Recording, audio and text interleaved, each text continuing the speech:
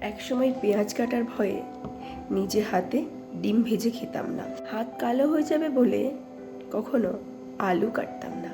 সবজি কাটার ভয়ে মা যখন রান্নাঘরে থাকতো, রান্নাঘরের আশেপাশেও যেতাম না। রান্নাঘরে তো ঢুকতামই না। যদি হাত পুড়ে যায় আর সেই দাগ যদি সারা জীবন রয়ে যায়। খাবার শেষে প্লেটটা টেবিলের ওপর রেখেই উঠে যেতাম। তবুও আমার মায়ের কোনো অভিযোগ থাকতো না। আমার মাটা খুব দুঃখী। সারা জীবন শুধু কষ্টই করে গেছে।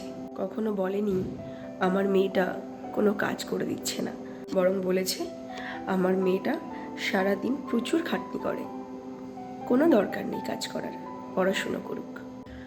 আজ যখন আধা কেজি 1 কেজি পেঁয়াজ কাটি, সবজি কাটি, আলু কাটি, রান্না করি, তেল ছিটকে হাতে এসে পড়লেও আওয়াজটার মুখ থেকে বেরোয় না।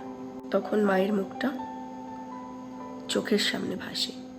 তখন খুব ইচ্ছে হয় যদি দৌড়ে মায়ের কাছে চলে যেতে পারতাম, তাকে কোনো কাজ করতেই দিতাম না। আজ মায়ের কষ্টটা উপলব্ধি করতে পারি। সেও হয়তো আমার মতো কোনো আদরের ঘরের মেয়েই ছিল।